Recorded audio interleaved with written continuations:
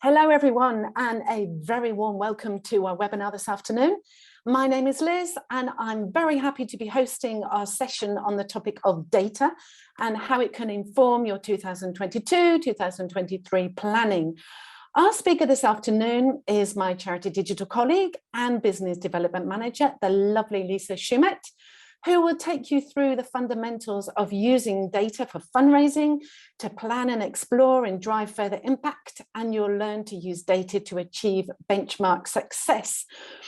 What to look for when improving fundraising strategies and which data best communicates your impact. Our session will cover many aspects and also many levels of data expertise, and it's tailored to cover all ranges of knowledge, as inevitably we have with us joining today people from all walks of life and with very different job roles. Before I pass over to Lisa, I'll quickly go over some house rules. Please feel free to ask any questions at any time in the Q&A, and we'll answer these at the end of this session. You can vote for a question with a thumbs up. And as always, we love making these sessions as interactive as possible. So I encourage you to feel free to use the chat function as we go along to share your tips, advice, and experiences with us all. Spring is in the air, so there's no better excuse to get our chat going. Tell us where you're joining from today. We do have closed captions available, and you can turn these on by clicking on the CC closed caption link at the bottom. We are recording this session, and the recording together with the slides and resources will be available on our website soon. We'll also email these over to you. If we do have any connection issues, Sasha in the back end will quickly jump in and sort these out for us. That's it from me. I'm going to pass over to Lisa to get this session rolling, and I'm going to turn my camera off. Thank you so much, Lisa. Thank you for being our speaker today. Thank you so much. I'm looking forward to it. I'm going to log off. Well, don't log off. Stay with us. Thank you. Okay, I'll see you in a bit. See you in a bit. Thank you very much. And welcome to all of you. Thank you for joining us. My name is Lisa Chomette, and I'm the Business Development Manager at Charity Digital. And today we will talk about data. So it'd be great to know where you're joining us from and you know what you coming here to expect really from today's presentation. I hope that you will find some elements that are interesting, that will help you plan for 2022-2023. This is actually my first time presenting, so please bear with me. I've been at Charity Digital for over 2.5 years, almost 3 years. As you would have guessed from my accent, I'm French, and I've been living in London and now Kent for over 10 years.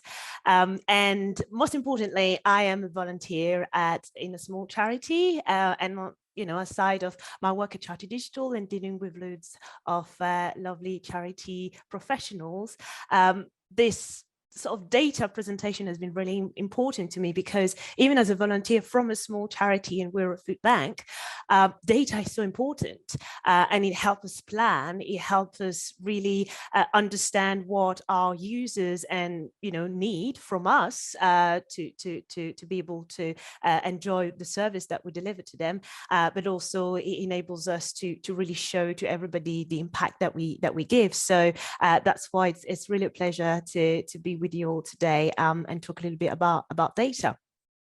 And without further ado, I guess it'd be probably helpful to just take a look at where we can find that data. Obviously, you have loads of information, and sometimes it's a little bit difficult to know where to start.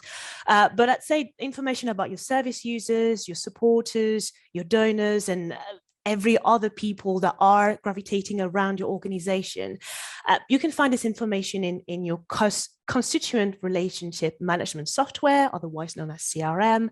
There's also your website data and Google Analytics, which is free, which can help you also understand a little bit better about traffic to your website and what kind of pages are most viewed, or where people are coming to your website from, or how they're accessing it. There's also your email marketing platform, whether you're using Constant Contact or Digital, that can help you with that data as well. There's data about your beneficiaries and your service users that you collect, maybe through feedback, research data from report if you're more in the arts or the medical research field, and obviously social media. So how many people like your post, you know, how many people engage with the content that you put, whether that's video or any other kind of comms on social media. It'd be also a good idea to sit down with the team and also think about where else you can find data, because it's sometimes on paper. So those are the sort of places where I thought it'd be good to raise and see where data is. And we can also pause a little bit and reflect on the different types of data. I've selected 4, which I think cover most of what we can have. The first one being quantitative data. So the what, that helps you understand what resonates with a user. It can be, you know, checking what page on your website have been read the most, what social media posts have triggered loads of donations or lots of reaction, how many donors your recent fundraising campaign has generated, what element of your service delivery was subscribed the most. So also numbers of new members, etc. So those are the what, and the qualitative data is the why and how. So it's an additional layer that enables you to go a little bit further and make the data speak for you. The key to getting good qualitative data is to think carefully about the information you want to get. So say if you have you know, an email marketing campaign and you're seeing that maybe the numbers of open rates or the numbers of people that are engaging with that is slowly decreasing, you may want to have a little bit of a look about the behaviors and what people click or don't click on. And asking the right questions will help you, will guide you towards creating the right strategy. The other type of data I thought would be relevant is explicit data, which is what your donors, your users, beneficiaries, and supporters give to you themselves. It can be email addresses, their age, you know, that family situation, where they are, etc. Implicit data is more about the behaviors, like, you know, how long they stay on the website or how often they want you to reach out to them, how often they access your services. Implicit data adds a layer that helps you better understand the explicit data. But with all of these types of data, what remains very important is the way you acquire it, process it, and keep it. So all of that data is potentially usable. You have loads of information, but it needs to adhere to legal and ethical standards. So obviously GDPR, but putting also clear privacy notice, being very transparent about how you using the data and for what purposes. You don't need all the data to help you create your strategy. It's not good practice to keep and to hoard loads of it. So my advice there is, you know, if you have any doubts, it's, you know, speak, you know, within your team, speak internally, but also speak to consultant and expert that can help you navigate the sort of ethical use of data and the privacy standards. And now that we know where data is and have a different examples of what data might look like, you may want to see why using data can help you define your strategy and get a good baseline, basically. Why should you use data to plan your strategy? The main reason to use data really is evidence.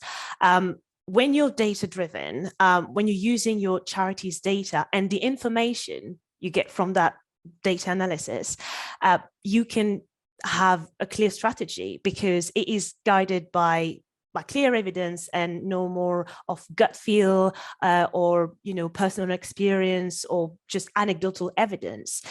You can see the tangible actions that are, taking place, and you can act on it. So if you're trying to convince a member of your team or the board, your board of trustees or senior leaders about a strategy you think will work, the nature of data is here to back you up. However, it's a picture in time.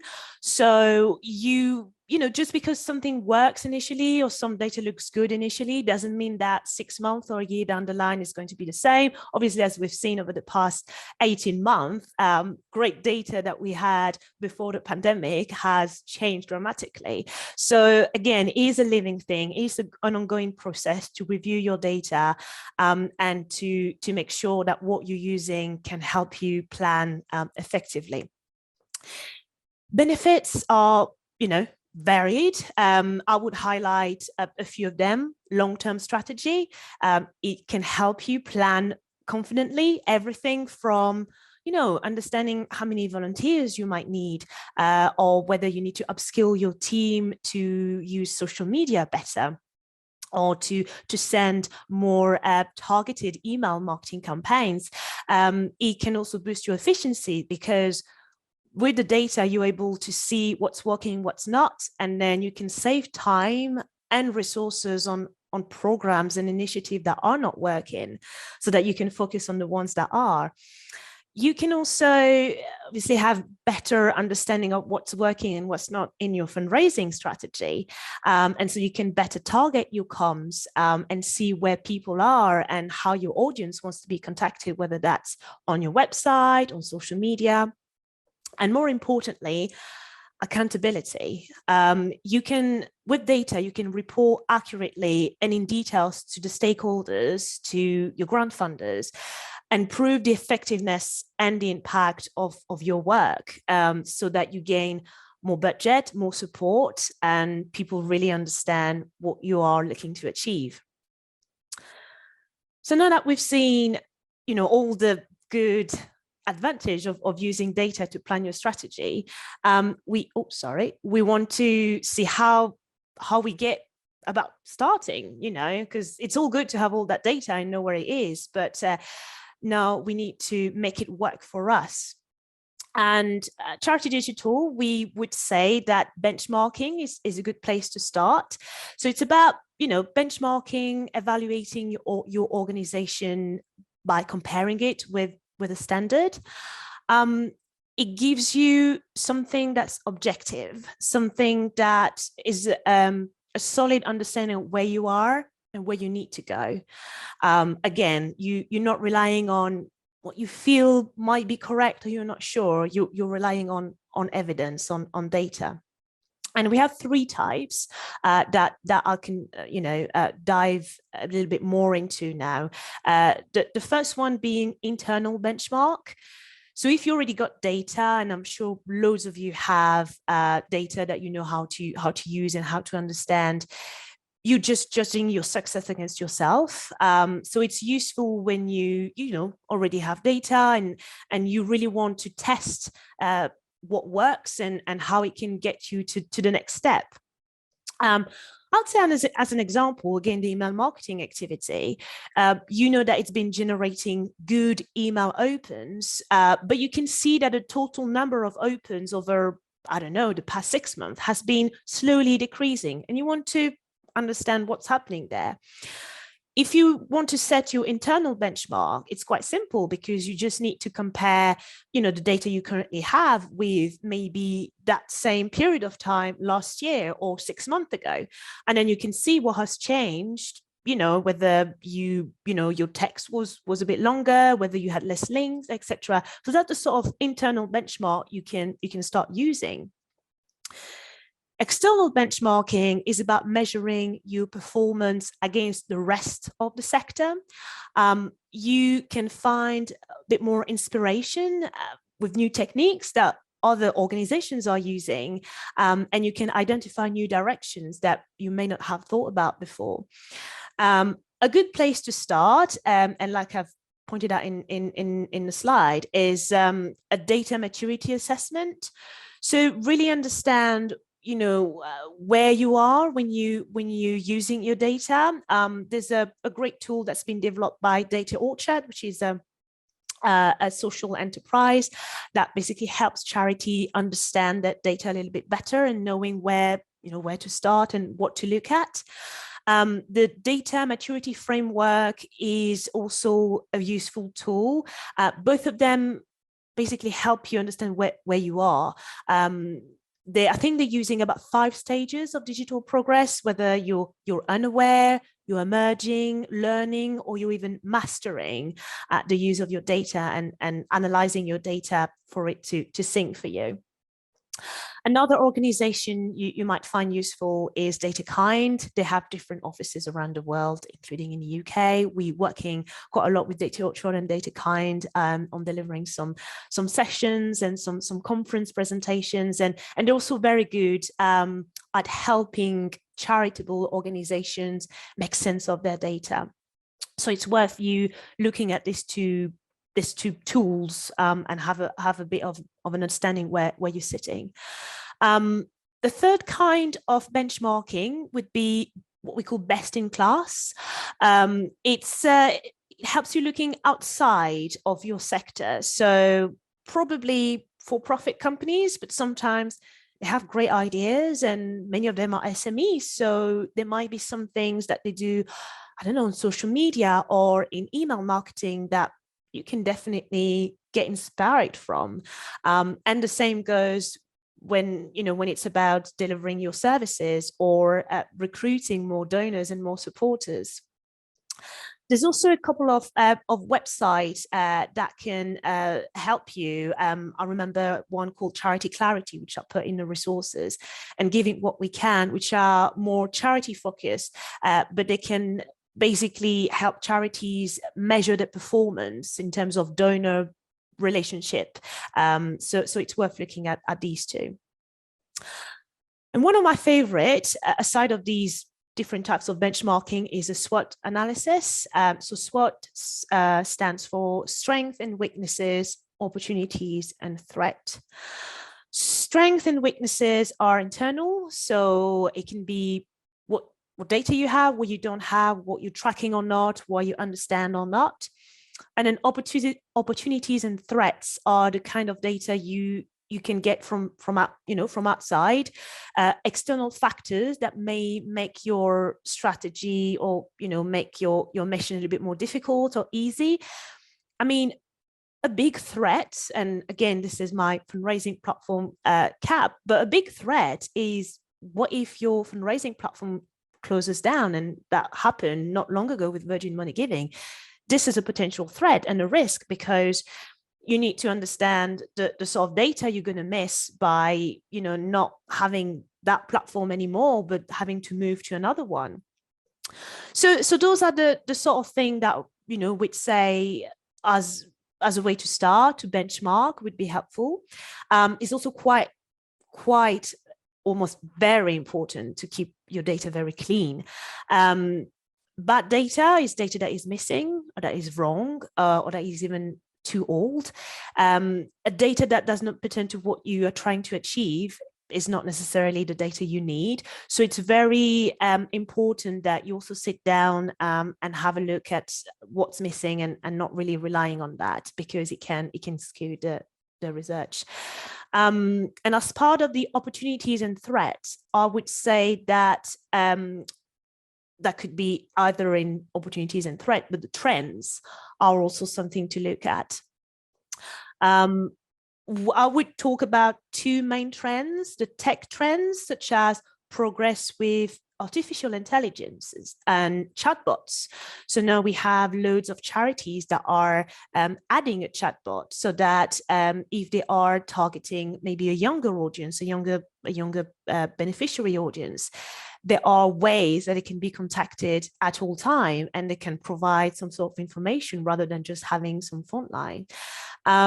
Also demographic, depending on who your target audience is and who you want to engage more with, it is interesting to understand how Gen Z or Generation X is behaving online, or what are their donors' behavior and attitude. If you keep on top of trend, you can maybe look at extend your services to a wider geographical area, or you can create ultimately better service for your users. So for instance, like I said, if your beneficiaries are a bit younger, you need to make sure that you have different ways to be contacted, and having a bot would actually be much better than just relying on phone calls. And so obviously there are different ways to find these trends, and it can feel a little bit overwhelming. So I will just look at the charity specific trends. And I just mentioned a couple of our friends, basically. So other organizations that can that are providing some reports about these external trends that can help you. CAST, Catalyst, the NCVO, some of our tech partners such as Wood for Trees or Salesforce, obviously PIR, who is our co-sponsor for this webinar, and PIR who are managing the not-profit domain name globally. And they have loads of very interesting information about data and about trends that you might want to check out. And obviously, Charity Digital with our webinars, our podcast, and our conference. Now that you know where to find your data, how to set and benchmark, or at least you have some sort of ideas where to start, I think it'd be good if we do a deep dive, as Liz presented, into some kind of data you can use to improve your fundraising strategy, and also measure your impact. And if we start with fundraising and marketing, I guess you want to understand which data will help you smash your fundraising goals, and reach out to more potential donors. You want to understand also how your email and social media campaigns can be more successful and can create more engagement and more passion for your supporters. Sometimes the insight from that data might be a little bit hard to comprehend. For instance, that if you see that the best way to send an email is on a Wednesday, you may need a little bit more time to determine the reason behind that. But if you have a look at the trends and that at the internal and external benchmark, you can start creating some patterns around that and maybe a goal. When it comes to your user needs, you really need data that comes from the services that you deliver, so that it can help you create an even better experience and proposition. You can even be even more aligned to your mission because you really know what people need from you and from why you're working tirelessly every day. And then obviously you stop wasting time just guessing, making assumptions on something that might work or not, whether that's delivering services, whether that's sending emails or requesting for donations. There are a couple of, I'd say, some data you'd need. This is not an exhaustive list, by the way, but those are ones that you may want to look at. I would say that revenue per donor is quite important. Retention rate as well. So basically, if I start a little bit before, but revenue per donor is working out the average per members, so total amount raised divided by the number of members, number of donors. Retention rate is how many people keep coming back to you. So you can know whether your welcome campaign, for instance, is working if people carry on coming back and donating more. Program and fundraising efficiency, basically you need to understand and to show your donors, your board members, your senior members of staff that the money that is coming into your organization is used the best way possible.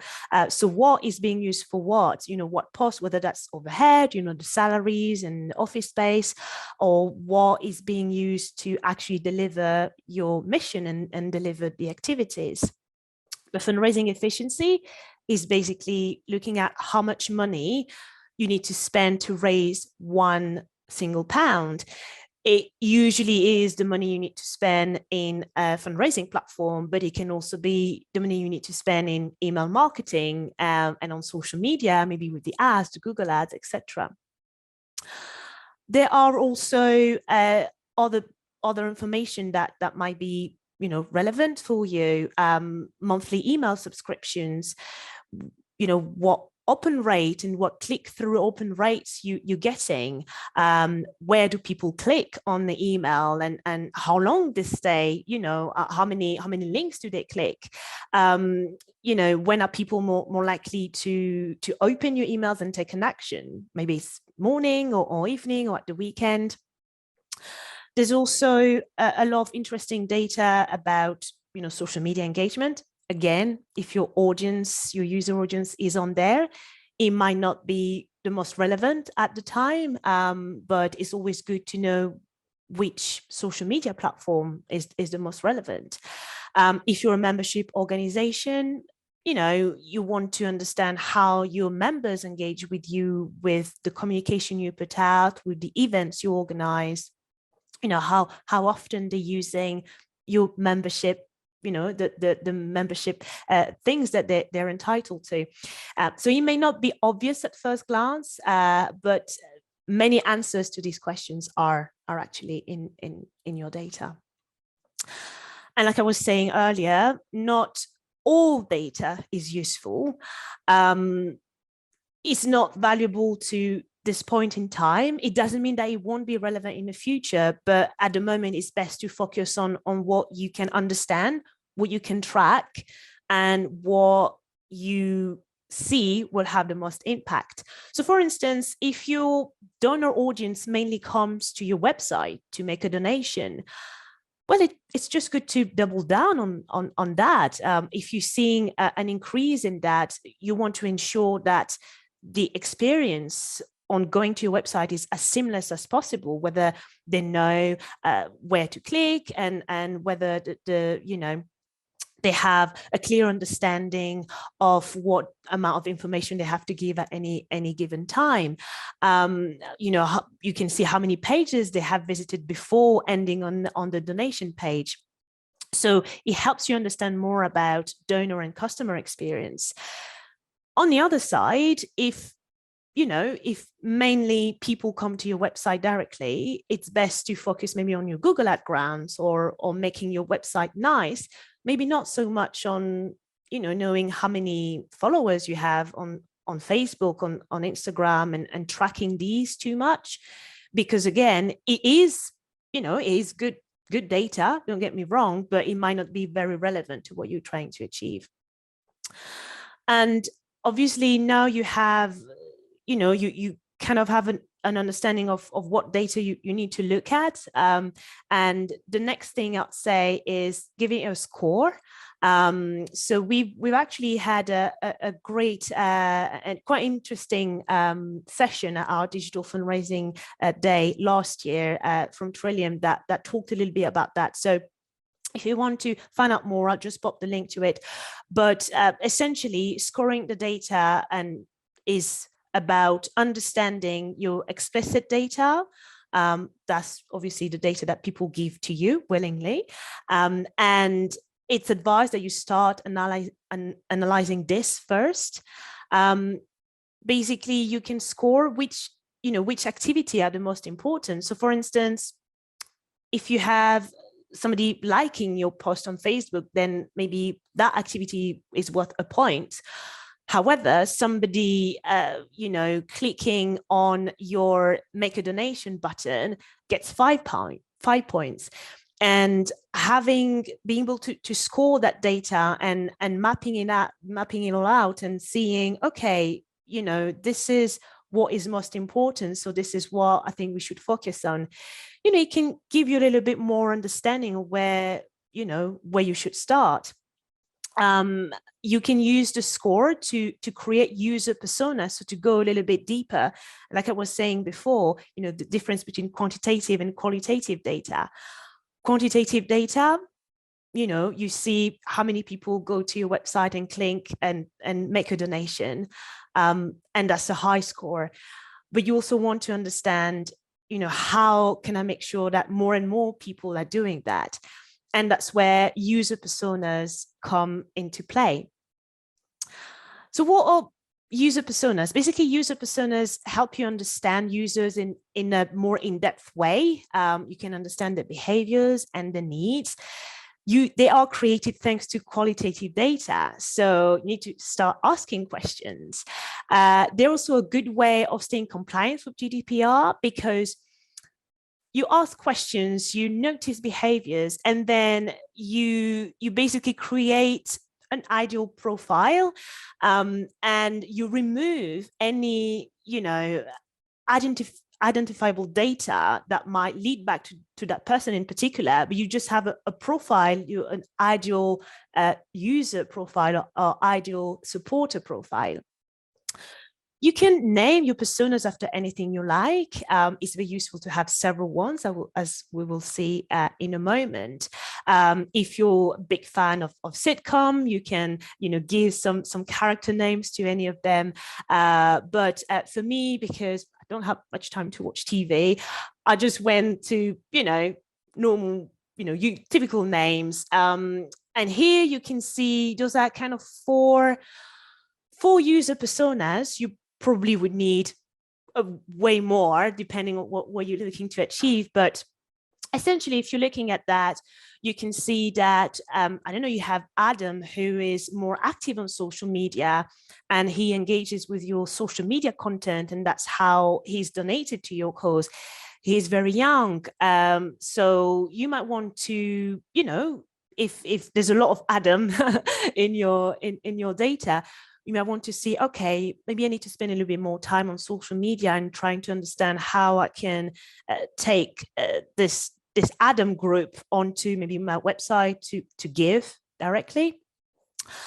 Also, you can think about Dipti, who's a bit older, who is a regular donor by direct debit. But you might want to wonder how can I increase the amount of money she gives every month? Her support is great. How do I make sure that I steward that support and I make sure that she's happy with, she understands what her money is doing to my organization. Maybe Dipti has engaged with some of your community fundraising events in the past, and she's attended a couple of your virtual events. But if you are having any event face-to-face, people like Dipti should be the first ones to know about it, because they're most likely to come and be super engaged. I would also talk about, on the other side, not only the donors, but the beneficiaries, because you can have, depending on your mission, you can have beneficiaries that are also very engaged and your champion somehow, because they're really passionate about what your organization has done to them, and they want to raise money for you. They want to, share the content that you put on your website or on social media. That they're really championing your cause, and at the same time, they're your beneficiaries. So how can you provide this Anna group with an even more unique experience and really have a good understanding of what she needs from you, so that, she keeps engaging and supporting you? Obviously, there are way more users that you can have a look at. Obviously, I'm conscious of time, so I'll try to be quick.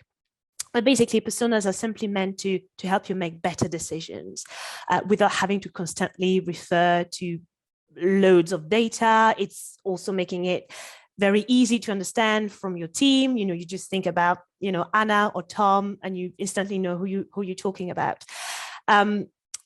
And obviously now you've done a bit of user research that has helped you created some user personas. Now, how do you use that to determine your strategy? And basically, I'll go very quickly on that, but it's about, you know, setting the goals. So you know where you are, and you know who you need to engage more with. So you can start creating goals, setting goals. You will probably be very familiar with the SMART goals. So having a goal that's specific, that's measurable. Again, you can measure it because you've set benchmark. It's achievable. Keep things realistic. It's okay. You can always go back to it, change it, but you know, don't set unrealistic or unattainable goals, because you know you might get frustrated and the whole team might get frustrated. So it has to be achievable and realistic. And what is very important is the time. So how long you want to measure your goals until, you know, the next time you sit down with the team and be, okay, where are we at? Are we behind? Are we ahead? You know, so it has to be timed. It's better to fine tune at this stage than just push forward without any evidence. So, you know, it can be small goals at the beginning, and then you can add to them as you go. But so long as you're very sure of this small amount of goals, that's the best step forward and the first milestone to create your strategy. And essentially, here I'll dive a little bit more into examples and tactics you can use, and how the data can work for your fundraising strategy, your audience growth, and how you measure your impact. So say basically we have, especially in fundraising marketing strategy, you know, you want to know how your future donors are going to behave, how much money they're going to give, how much support they're going to provide you. You also want to know, you know, how your subscribers are going to engage with your email marketing campaign, and how ultimately you can continue to deliver great services and be able to talk about it and highlight it and make everyone feel part of your journey. So, you know, I think of an example here that really struck me, and it was again another session that we have, and it was Royal Opera House.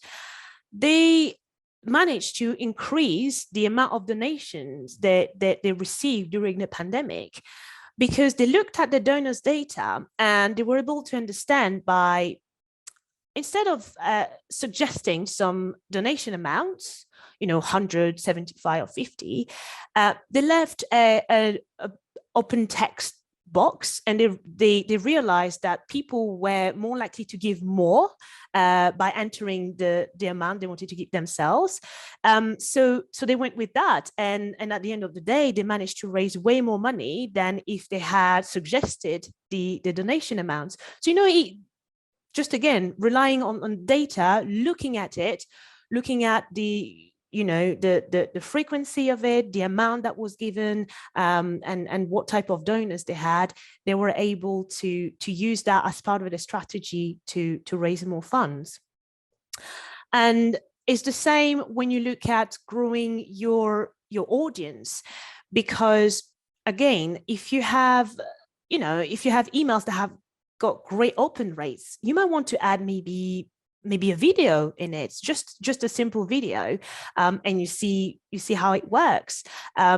Maybe your data indicates that the attrition rate, so people that leave your page without making a donation, is still high.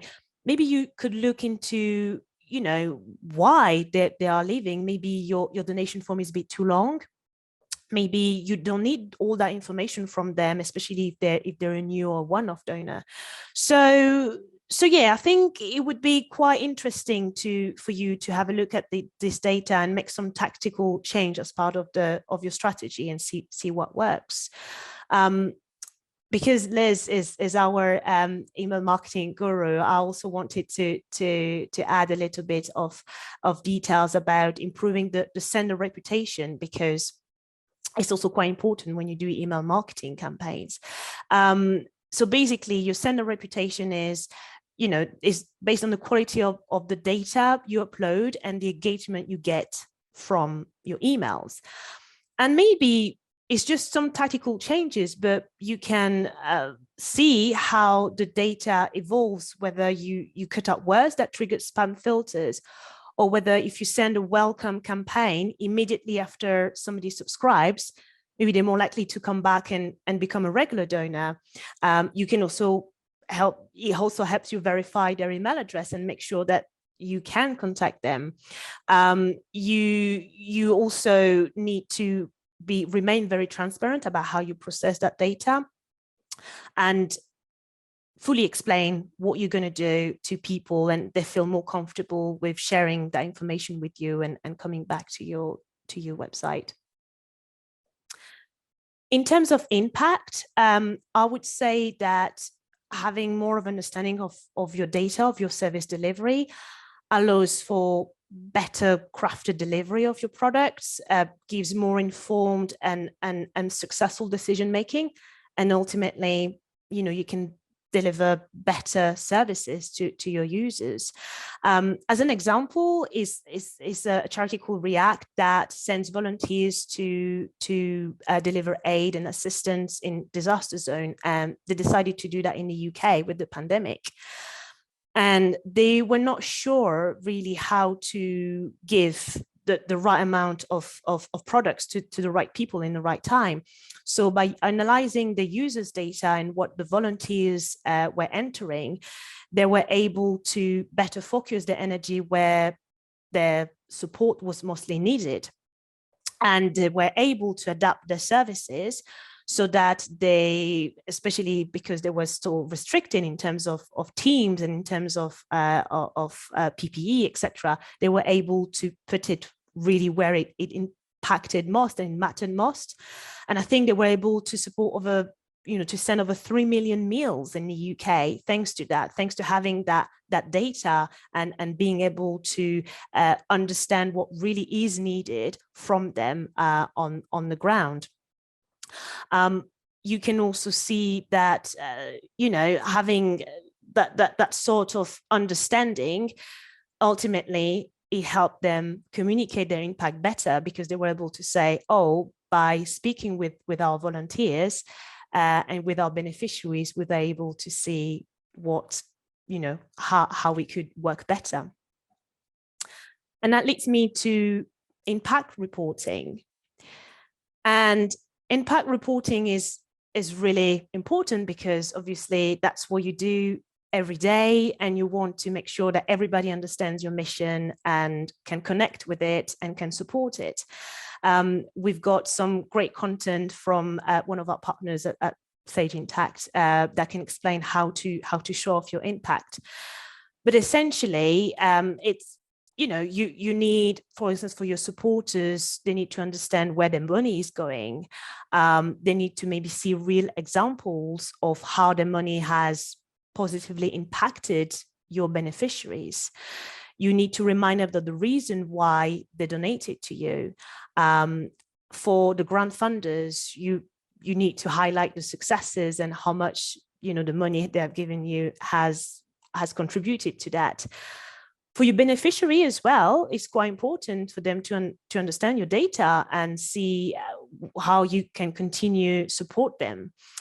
And for your team, it's also good for them to understand, how their action, every day is making a difference. So there are different types of audiences you want to communicate your impact. And I'd say the most important is to make it collaborative. Ask your beneficiary, ask your users, feedback that you can include in the impact report, and you can bring it to life. I'd say it's very useful to highlight the sort of problems you want to fix, how you're trying to fix it, and tell people what you have achieved, and tell them also what it means for the future and how they would how you would need their help and how they can support you. The most important is to keep it simple and concise, to make it very visual. So, you can use Canva, you can use Adobe and Photoshop to do that. And it has to always relate to your mission. I think that's the most important thing that we have here, is making sure that the data always and the impact that you want to highlight always relate to why your charity exists. So obviously you want to also understand where you're sharing your impact report at the moment. Is it by a newsletter? Is it on your website? Is it, where is it? Where does it sit? And maybe you're able to publish a report on your website, or just sending it to your stakeholders. It's worth also having a look at that. And finally, how to get started, because I'm conscious there's a lot of information, and don't worry, you'll get the slides afterwards. But communicate across teams, don't worry about trying and iterating, and get help. There are great people, great organizations that can help you aside of ourselves. DataKind and Data Orchard, as I said, pr.org that has a lot of content about it, and also Tech for Good programs that can have some people, some member of their team coming to meet yours and start iterating together. So yeah, thank you. Hope you got some snippets of information and inspiration. And yeah, look forward to the questions.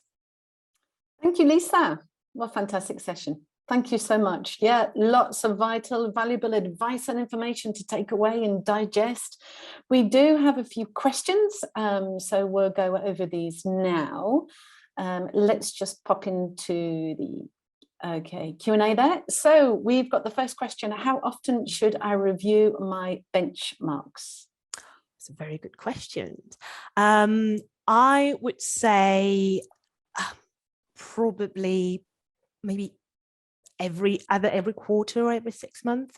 I don't know if you're thinking otherwise, Liz, but you don't want to review the benchmark too often, otherwise you just lose track of the whole, the whole goals and strategy. So yeah, maybe a couple of times a year, I'd say.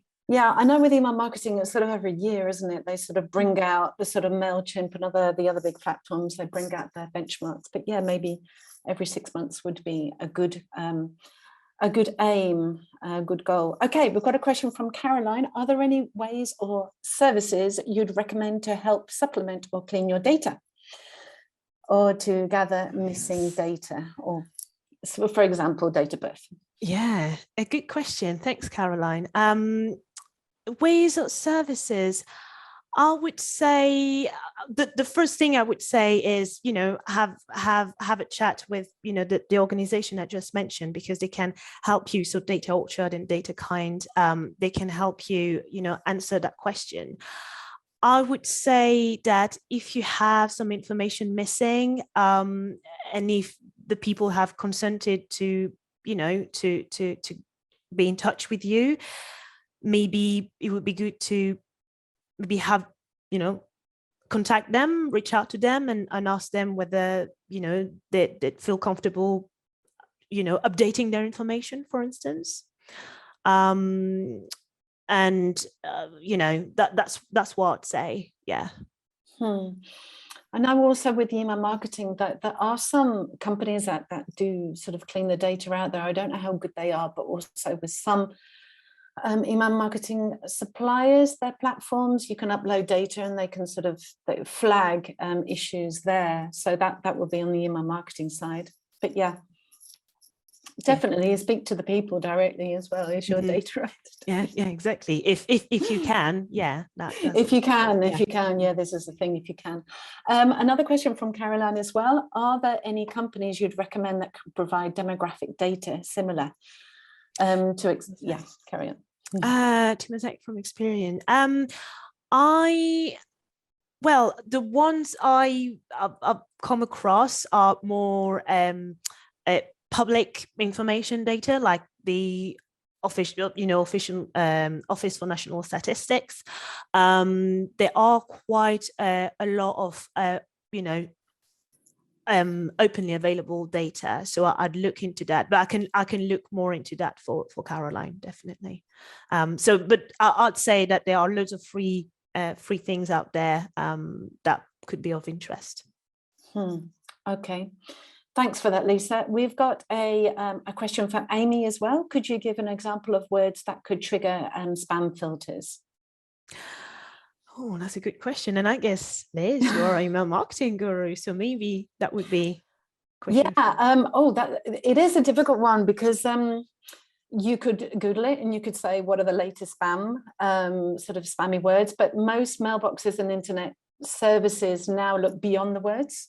They obviously do take them into consideration, but they look beyond. So they check the ISPs and the domains, they verify email authentication, such as your sender policy frameworks, your domain keys, and they dig into the subscriber engagement, which you have mentioned, Lisa. That touched on, yeah.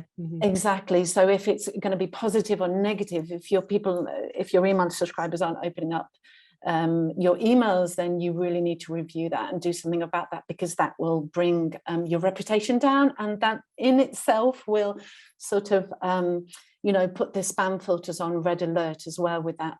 But for certain words, I would say avoid sort of capitals, your subject titles and capitals, avoid too much exclamation marks, and generally, your words that are free, on offer, and everything like that. But Google is a good way to look at those. Yeah. Oh, brilliant. Okay, we have another one from Sophie. Lisa, you ready? Hello, I work at a museum and we're looking at getting a CRM. Any recommendations that really help capture and collect this data as effectively as possible? Great, and thank you, Sophie, for the question. So maybe my question for you would be, where is what data do you have, and where is it sitting? I'm guessing this may be on paper at the moment, and that's why you're looking at getting a CRM, or maybe it's sitting on Excel files and spreadsheets, and you want to collate all of that. There's an organization that we working with sometimes, which are great, which are called Superhighways, and they're also great at recommending CRM, and maybe not even CRM, but understanding how you can choose a CRM and what works best for you. I would probably look first at what data you have and where is it sitting, and also what you're looking to achieve. There are plenty of CRMs out there that can provide similar things but at different prices, and yeah, I would have a look at the data you have, and what is missing from that data, as we were saying earlier. So quantitative and qualitative data that you have. If it's maybe some information about the people that are members of your museum, if they have opted in to receive some communication from them, are you able to do maybe a campaign to ask for extra information about them that you're missing? That sort of thing, I guess. Okay, that's brilliant. Thank you for that, Lisa. Okay, we have more questions, and I'm just going to flag up before we actually turn off for the day that just a couple of events that are coming up. We've got our Digital Transformation Week all next week. It's free. It's going to be full of live and on-demand content from Monday to Friday. So if you haven't signed up, it's not too late to do so. We've also got a workshop coming up on the 22nd of March on hybrid working, how to change rules. And on the 24th of March, a webinar on charity leaders, how charity leaders can champion cybersecurity. So check out our website for more information on this. It's been a great session today. Thank you so much for the webinar. Thank you to everybody who's stuck around. Yeah, I've enjoyed hosting it. It's been great. And yeah, like you say, Lisa, thank you to everyone. I hope you've enjoyed it too. And I think it's just time now to say our goodbyes until next time, which we hope will be very soon. Thank you. Thanks to everybody. And yeah, hope, if you had even one piece of information that's been useful, that's perfect for me. Yes. Thank Thank you. you. Goodbye. Bye now. Bye-bye. Bye.